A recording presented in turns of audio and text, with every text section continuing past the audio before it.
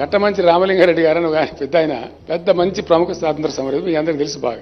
సభకు పోయిండు ఓ రోజు, ఒక అభిమాని పేద దండ నిలువెత్తు దండ తెచ్చి, సార్ మీకోసం ప్రత్యేకంగా చేయించిన దండ వేసుకొని నేను వేసుకుని ఆయన వేసుకోవాలి సార్, మీరు వేసుకోకపోతే నా పరువు పోతుంది, సొంత డబ్బు ఖర్చు పెట్టి నేను కష్టపడి విశేషంగా తమరి కోసం చేయించిన సార్, వేసుకోవాలి, నీ ధైర్య బాబు నేను వేసుకోను. లేదు సార్ మీరు వేసుకోవాలి, ఒక 4 మాటలు చెప్తా విను, అప్పటికి నువ్వు ఇన్సిస్ట్ చేస్తే ఆలోచిస్తాం అని చెప్పి అంటే సరే మంచిది. మనిషికి జీవితంలో దండ వేసేది 2 సార్లు.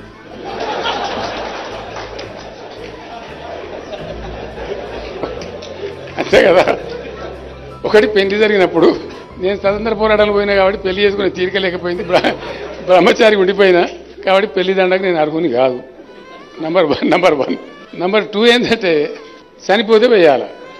మరి నిటారుగా నీ ముందు బతికే ఉన్నా, నిలబడి ఉన్నా, ఈ నీ దయ ఇప్పుడు వేస్తా అంటే ఈ మంది తల వంచింది.